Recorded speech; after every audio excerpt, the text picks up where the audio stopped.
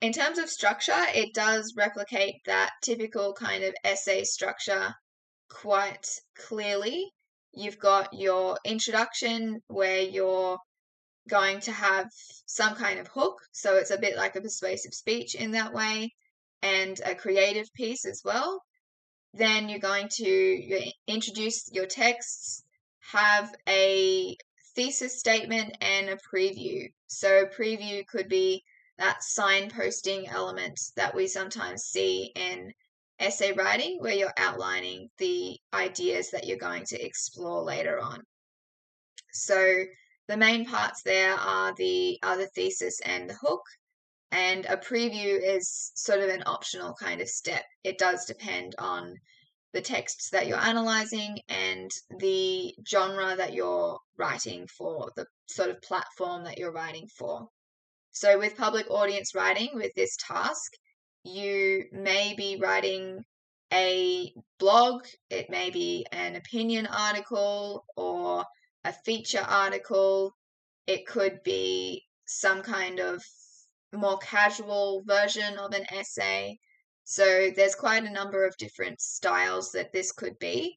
And you may be given a scenario, a particular platform that you could be writing it for, or it could be more of a generic kind of thing that you're given, so something that's made up.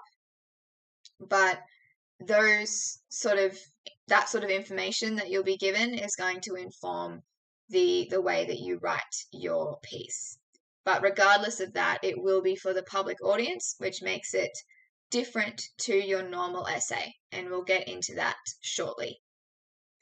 Okay, so after you've got your introduction, you've also got your body, and as always, you're going to have a topic sentence, you're going to have analysis, and that exposition as well. And then in your conclusion, you're going to recap and you're going to have your final concluding statement, drawing on everything that you've analyzed. You're going to make that concluding remark based on all of that information. So the biggest mistake that students make when it comes to writing for the public audience, and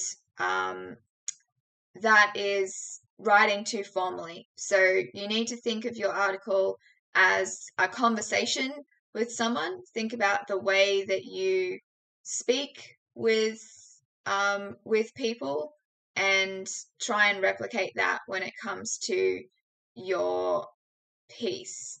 So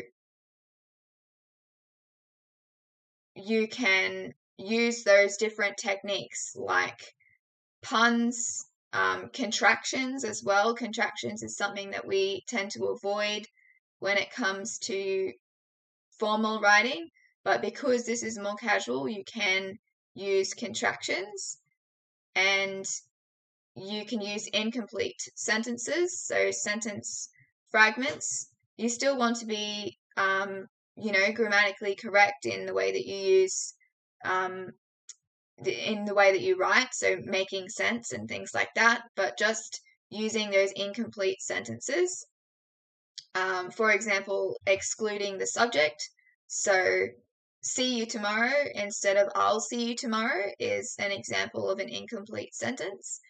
And these are the sorts of strategies that you can use in public audience writing. And we've got an example here as well. You can pose a question. You're speaking to the audience. So while we might describe our Western culture today as enlightened and progressive, are we really better than the history that has always changed women to convention?